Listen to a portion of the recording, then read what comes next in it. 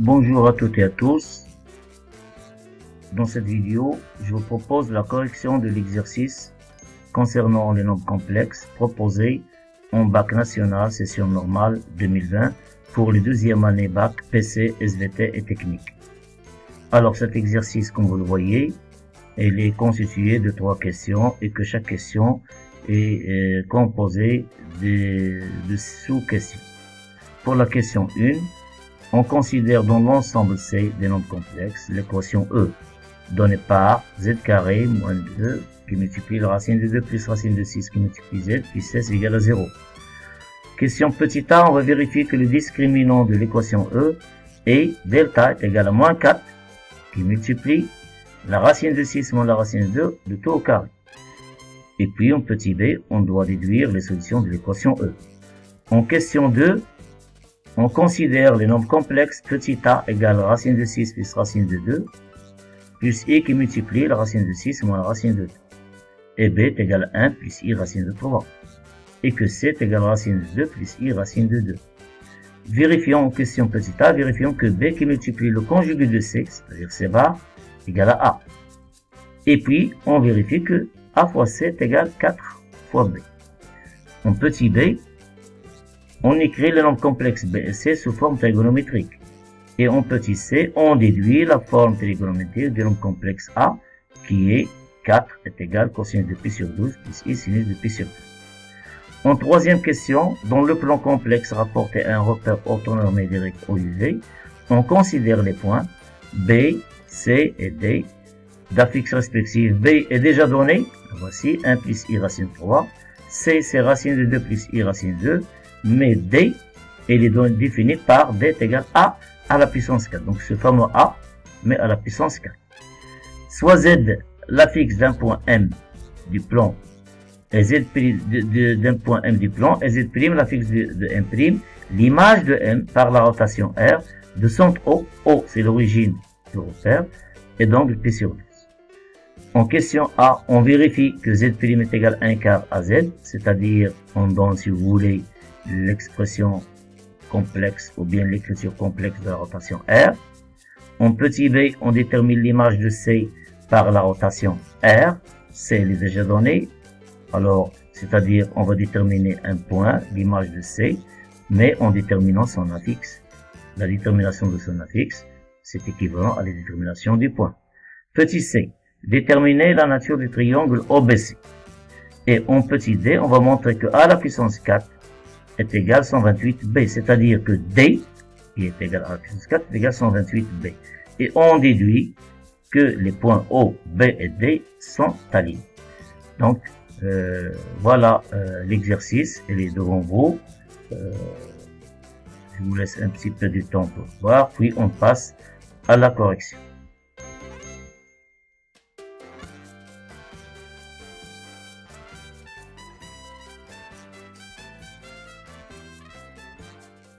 Alors, à la barakatillah, on commence le corrigé de cet exercice.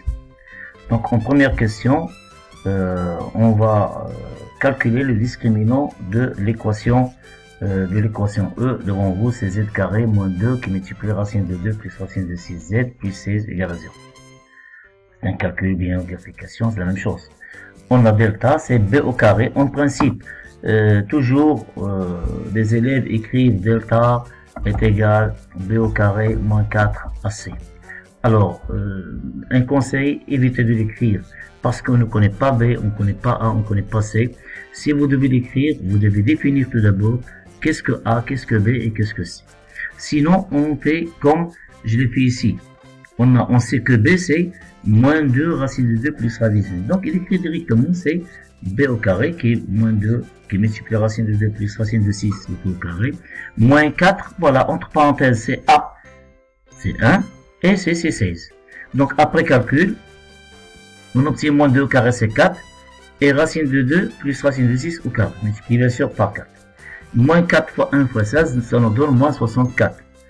Or, ici, c'est une identité remarquable. Racine de 2 plus racine de 6 au carré, c'est racine de 2 au carré, c'est 2, plus le double produit, 2 fois racine de 2 fois racine de 6 qui est racine de 12, plus racine de 6 au carré, c'est 6 moins 64, En réduisant ici à l'intérieur, on obtient 2 plus 6, c'est 8. On multiplie par 4, on obtient 32. Et puis 4 fois 2, 32, 4 fois 2, racine de 12, c'est 8, racine de 12. Moins 64. Et en finale, 32 moins 64, c'est moins 32 plus 8, racine de 12. Alors ici, on s'arrête. Puisqu'ils nous demandent de montrer, ou bien de vérifier qu'ils ont donné la valeur de delta. Et dans la valeur de delta, on voit bien que moins 4 est un facteur. Donc, essayons de factoriser de la même manière, de par moins 4. Et on voit ce qui se passe. Donc, moins 4, facteur de 8, moins 2, racine de 12. Or, ce fameux 8, moins 2, racine de 12, racine de 12, c'est racine de 6 fois racine de 2. Et 8, on peut l'écrire, encore une fois, c'est racine de 6 au carré, plus racine de 2 au carré. Donc, on obtient une identité remarquable. C'est moins 4 qui multiplie racine de 6 moins racine de 2 au carré. Remarque, ça peut qu'un élève va écrire, il est égal, après les calculs, etc., etc., etc.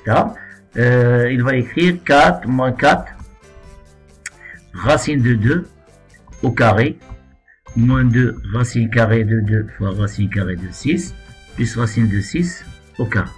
Donc ça va donner moins 4 racine de 2 moins racine de 6 au carré. Or, racine de 2 moins racine de 6 au carré, c'est aussi racine de 6 moins racine de 2 au carré. Mais si un élève utilise cette forme, racine de 2 moins racine de 6 au carré, lors de la solution de l'équation E, lorsqu'il va extraire la racine carrée de racine carrée de 2 moins racine carrée de 6 au carré, il doit faire attention qu'elle est égale en général, c'est racine de 2 moins racine de 6 en valeur absolue. Or, racine de 2 moins racine de 6 est négative, donc elle est égale racine de 6 moins racine de 2. Ici, il écrit comme celle-là, comme cette manière, donc c'est cette forme, racine de 6 moins racine de 2 au carré. On connaît bien que on sait bien que racine de 6 est plus grande que racine de 2, donc cette quantité elle est positive. Et par suite, lors de l'extraction de la racine carrée, ça donne racine de 6 moins racine de 2. Donc c'est simple remarque qu'on utilise lors de la résolution de l'équation E. Donc en final, on trouve bien que delta est égal à moins 4 racine de 6 moins racine de 2 au carré, comme il a été demandé. Petit b. Déduisons l'ensemble de solutions de E. On a delta est strictement négatif, c'est un nombrier strictement négatif. Donc E admet deux solutions complexes conjuguées. Alors comme vous le savez, les équations de second degré dans le programme de deuxième bac sciences physique, PC et SVT sont toujours de la forme AZ carré plus BZ plus C égale à 0 avec A, B et C appartiennent à R, l'équation est. Et par suite delta, c'est un nombre réel. Et si c'est un nombre réel, il peut être égal à 0, il peut être strictement positif, il peut être strictement négatif. Lorsque delta est 0, delta strictement positif, c'est déjà fait, tout le monde sait bien utiliser delta égale à 0, delta strictement positif dans ce cas. Il y a des solutions réelles opposées ou bien une solution double. Mais lorsque delta est strictement négatif, on sait tous et toutes que l'équation n'a pas de solution dans R, mais dans C. Elle admet deux solutions complexes conjuguées. Z1 est égal moins B, or B si c'est moins 2 racines, donc ça donne 2 racines qui multiplie racine de 2 plus racine de 6, moins 2, moins I, en général moins I, racine de moins delta. Et racine de moins delta, ici racine de moins delta, c'est-à-dire racine de 4 qui multiplie racine de 6 moins racine de 2 au carré qui est égal à 2 racine de 6 moins racine de 2. C'est déjà fait cette remarque parce que racine de 6 moins racine de 2 elle est positive, n'est pas négative. Donc la valeur absolue de racine de 6 moins racine de 2 c'est racine de 6 moins racine de 2 sur 2. Alors, en simplifiant par 2, là et là et là, il reste racine de 2 plus racine de 6 moins I racine de 6 moins racine de 2. Alors, pour Z2, ce n'est pas la peine d'écrire encore une fois. On a dit que sont deux solutions complexes conjuguées. Maintenant, il faut vérifier les calculs, comme je le dis toujours. On peut faire des calculs de résolution, mais on peut se tromper, un signe moins ou là, les calculs, etc. Mais avant d'écrire l'ensemble de solutions, il suffit de faire la somme des racines. Alors lorsqu'on fait la somme, qu'est-ce qu'on obtient? C'est 2 racines de 2 plus racine de 6, c'est moins b sur a. Voilà, c'est moins b sur a. Donc il est bien fait. Ici on fait la multiplication, même un petit peu long. Donc on s'arrête uniquement, ça suffit pour la somme. Donc on conclut donc que l'ensemble de solutions de l'équation E, c'est racine de 2 plus racine de 6 moins i racine de 6 moins racine de 2 et racine de 2 plus racine de 6 plus i racine de 6 moins racine de 2. Maintenant, on donne lors de la question 2 des nombres complexes. Par exemple, a, elle est donnée, c'est racine de 6 plus racine de 2 plus i racine de 6 moins racine de 2. Qu'on le voit, c'est une solution parmi les deux solutions qui existent pour la solution E. Et B, c'est 1 plus i racine de 3. Et C est égal racine de 2 plus i racine de 2. Alors, on va vérifier uniquement, ce sont des rédactions simples, vérifie. Vérifions que BC bar est égal à A et que AC est égal à 4B. On a. Alors, BC bar, c'est le conjugué de C. B, c'est 1 plus i racine de 3. Et le conjugué de C, c'est racine de 2 moins i racine de 2. En faisant les calculs. Alors, regardez ici, pour les calculs, je commence toujours par la partie réelle qui multiplie la partie réelle. Puis plus la partie imaginaire qui multiplie la partie imaginaire. Alors, regarde ici, 1 fois racine de 2, c'est racine de 2. I racine de 3 tout entière, i racine de 3 tout entière qui multiplie moins i racine de 2. Alors, plus par moins, c'est moins. Voilà, un moins de côté. I fois i, c'est i au carré, c'est moins. Moins avec moins, c'est plus. Qu'est-ce qu'il reste? Racine de 3 fois racine de 2, c'est racine de 6. Et je ferme ma parenthèse. Puis, je mets i. Alors, je multiplie la partie réelle de ce facteur par la partie imaginaire de ce facteur et réciproque. Alors 1 fois racine de 2, c'est moins racine de 2. Voici moins racine de 2. Et i racine de 3 fois racine de 3, c'est racine de 2 fois racine de 3, c'est racine de 6. Donc on tient plus i qui multiplie racine de 6 moins racine de 2 que c'est a. C'est donné a. Donc a, c'est racine de 6 plus racine de 2 plus i racine de 2 moins racine de 6, pardon. Ici c'est racine de 6 moins racine de 2. Donc, on obtient bien que B qui multiplie C bar est égal à A. Voilà le résultat demandé. Maintenant, on va passer pour vérifier que AC est égal à 4AB. Alors, à partir de cette dernière égalité, on a A est égal B qui multiplie C bar. Nous, on veut calculer AC. Donc, je multiplie les deux termes, les deux membres de l'égalité par C. J'obtiens AC égale B, C, C bar. Or, en général, si on a Z est égal à X plus I, Y, comme rappel, c'est tout simple. Z bar, c'est X moins I, Y. Et Z bar, c'est X au carré plus Y au carré. Et aussi, le module de Z, je peux l'écrire sous la forme Z. La racine carrée de Z bar, le Z bar, c'est un nombre positif qui est égal à la racine carrée de X carré plus Y carré. Alors, puisque c'est racine de 2 plus i racine de 2, multiplié par c bar, c'est racine de 2 au carré, plus racine de 2 au carré. Donc, ici, parenthèse. Alors, ça obtient 2 plus 2, c'est 4, donc 4b. Et alors, on a bien vérifié que AC est égal à 4b. Maintenant, passons à la question petit v. On veut écrire b et c sous forme trigonométrique. Alors, pour écrire un nombre sous sa forme trigonométrique, en général, si on a un nombre complexe non nul, alors il existe toujours une écriture trigonométrique, bien une forme trigonométrique de ce nombre, c'est module de z qui multiplie cosinus de θ plus i sinus de θ avec θ égale argument de z modulo de pi. Hein? C'est l'argument de pi. Argument de z égale à θ modulo de pi. Et ici, c'est le module de z. Donc, il faut être attentif que ici, un facteur doit avoir un nombre qui est positif. Alors, le module de b, comme je viens de l'écrire ici, c'est la racine carrée de 1 au carré plus racine de 3 au carré. C'est 3 plus 1, 4. Racine de 4, c'est 2. Donc b, on va factoriser. Une fois trouvé b, on factorise par le module. Une fois trouvé dans le module, on le factorise par ce module. 2 qui multiplie 1 demi plus i racine de 3 sur 2.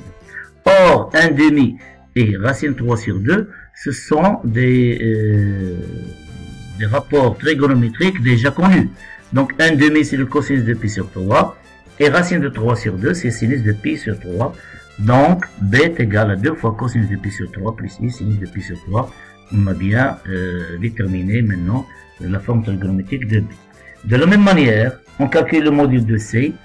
On trouve qu'il est égal à racine de 4 égale à 2, puisque c'est égal à racine de 2 plus i racine de 2. Donc on prend la partie réelle au carré plus la partie imaginaire au carré. On extrait la racine carrée, on trouve 2. On factorise par ce module, race 2. On obtient racine de 2 sur 2 plus i racine de 2 sur 2. Encore une fois, racine de 2 sur 2 et racine de 2 sur 2 sont des rapports trigonométriques de la base de pi sur 4. Donc cosinus pi sur 4 plus i sinus pi sur 4 multiplié de 2, c'est la forme trigonométrique de C. À partir de ça, on va déduire la forme trigonométrique de A. Alors, regardez, si on a voulu déterminer la forme trigonométrique sans passer par là, alors on trouve des difficultés que déterminer les valeurs de cosinus de pi sur 12 et sinus de pi sur 12. Donc, le nombre complexe joue un rôle important pour la détermination de certaines valeurs qu'on ne connaît pas dès tronc commun ou bien première année sciences. Alors, d'après la question de A, on a AC est égal à 4B.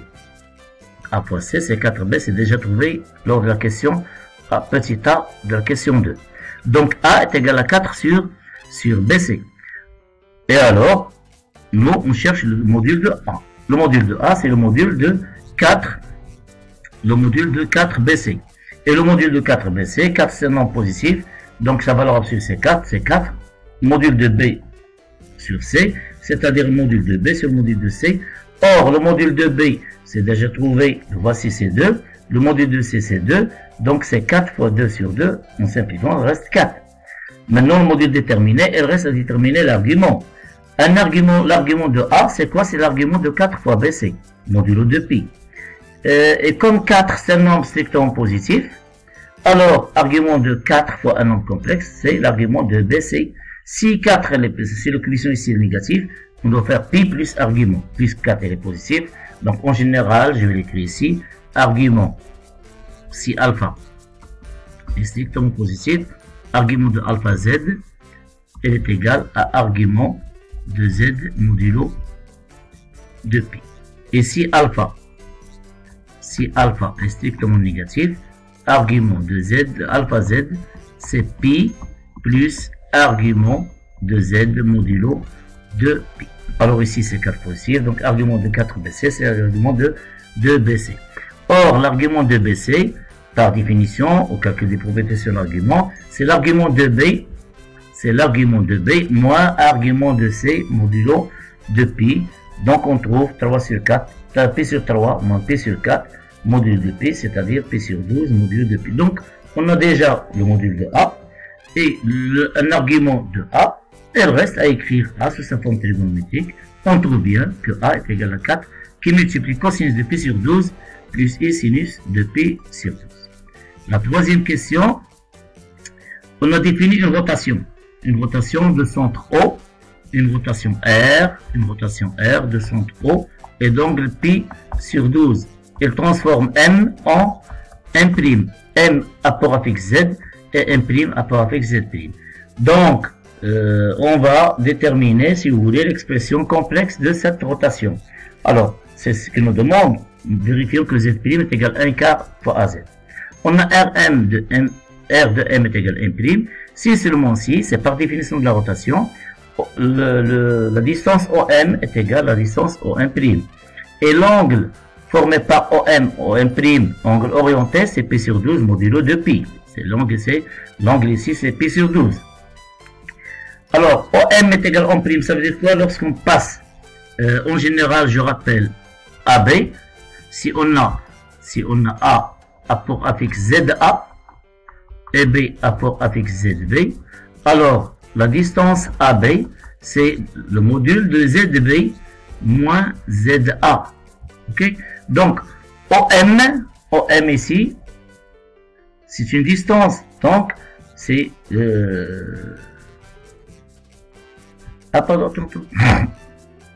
je m'excuse ici, j'ai fait une erreur, c'est le module de Z' est égal au module de Z. Le module de Z' est égal au module de Z. Et l'argument de Z' en général, encore une fois, si je prends A, B, l'angle formé par AB, CD, elle est égale à quoi? C'est l'argument. Alors on commence par ça. C'est B. Si on a B pour affixe petit b et c'est C. Donc c'est B moins C sur B moins A. Alors ici, il nous donne ça. Et pour AB, on obtient BA. On obtient B. Modulo bien sûr de modulo de pi. Modulo de pi. Alors, on obtient ici l'argument de Z' moins 0 sur l'argument sur Z moins 0. Donc, c'est-à-dire l'argument de Z' sur Z est égal à pi sur 12 modulo de pi. Et comme le module de Z' est égal au module de Z, ça veut dire le module de Z' sur le module de Z est égal à 1. C'est-à-dire le module de Z' sur Z est égal à 1 et l'argument de Z' sur Z est égal à pi sur 12. Donc, on a devant nous un nombre complexe, c'est Z' sur Z, qui est pour module 1 et pour argument c'est P sur 2. Donc, c'est un nombre complexe. Chaque nombre complexe, si le module de Z est égal à 1, alors elle admet une écriture complexe qui est de la forme Z est égal EI alpha. Avec alpha, c'est un argument de Z, bien sûr, modulo de pi. Donc, on peut écrire Z' sur Z est égal EI pi sur 12, plus pi sur 12, c'est l'argument de Z' sur Z, qui est égal à cosinus de pi sur 12, plus I sinus de pi sur 12. Or, ce cosinus pi sur 12 plus I sinus de pi sur 12, c'est déjà vu ici. Voilà. Donc, si on veut conserver uniquement cette quantité, il faut diviser par A par 4. Donc, on obtient, donc Z' est égal à A sur 4 Z d'après ce que je viens de montrer. Donc, Z' est égal à A sur 4 Z.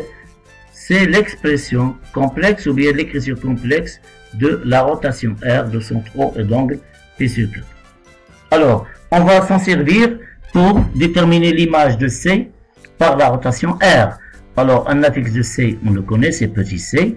Il suffit de remplacer dans l'expression complexe Z par C et de trouver Z', c'est-à-dire l'image de Z, si on veut dire l'image de Z par cette rotation.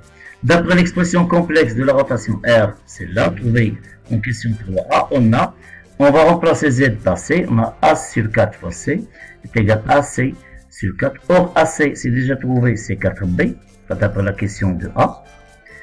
Et en simplifiant pour 4, il reste B. Donc Z' dans ce cas, c'est B. Ça veut dire que B est l'image de C par la rotation R. Et voilà, elle reste l'avant-dernière question. On va déterminer la nature du triangle OBC. Alors toujours d'après la question de A, on a AC est égal à 4B. Donc B sur C est égal à A sur 4. Or A, c'est déjà trouvé. C'est 4 qui multiplie EI pi sur 12. Donc si on divise par 4, il reste EI pi sur 12. Donc BC est égal à EI pi sur 12, l'expansion de I pi sur 12, l'écriture complexe. Et c'est un nombre, bien sûr, le module, son module est égal à 1. Donc le module de BC est égal au module de I pi sur 12 est égal à 1. Ça veut dire que le module de B est égal au module de C.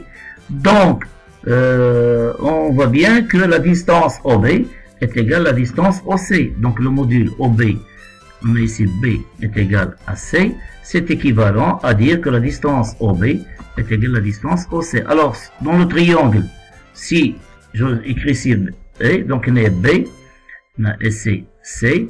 Donc on a des distances, ça veut dire ces points O, C et B forment les côtés OC et OB ont même mesure. Donc le triangle OBC, déjà on a une information qu'il est isocèle. Or, elle reste à déterminer cet angle. D'après même écriture ici, l'argument de BC est égal à pi sur 12. Donc, cet angle, il vaut pi sur 12. Alors, puisqu'il vaut pi sur 12, alors on ne peut pas avoir, bien sûr, pour qu'il soit équilatéral, il doit avoir ici pi sur 12 plus 12, ce qui est contradictoire. Donc, uniquement, on peut conclure que le triangle OBC, il est isocèle. Maintenant, on va montrer que les points O, B et D sont alignés, mais avant ça, on va calculer A à la puissance 4 et trouver qu'il est égal à 128B. Or, dans les données de l'exercice, A à la puissance 4, c'est D. Avant ça, on a A est égal à 4 cosinus P sur 12 plus I sinus de P sur 12. C'est déjà trouvé. Donc, d'après la formule de Moivre, on déduit que A à la puissance 4, c'est 4 à la puissance 4 fois cosinus de 4 pi sur 12 plus I sinus de 4 pi sur 12. C'est-à-dire A à la puissance 4, 4 à la puissance 4 c'est 256, 4 pi sur 12 c'est pi sur 3 plus I pi sur 3. Or, 256 c'est 128 fois 2, on doit faire apparaître 128 ici, c'est 128 fois 2, cosinus de pi sur 3 plus I sinus de pi sur 3. Et B, 2 cosinus de pi sur 3 plus I sinus de pi sur 3, c'est B, c'est déjà trouvé. En la remplaçant par sa valeur, on obtient 128B. Donc, A à la puissance 4 est égal à 128. Et d'après la remarque que je viens de faire tout à l'heure, au début de cette question, A à la puissance 4, c'est D. Donc, D est égal à 128B. D'où D sur B est égal à 128 qui appartient à R. Donc, les points O, B et D sont alignés. Et ainsi, on a terminé la correction de cet exercice. Je vous souhaite du courage et une correction de l'exercice. Je vous propose, je vais corriger l'exercice de la suite, l'exercice 8 concernant bac de l'an dernier. Merci à vous.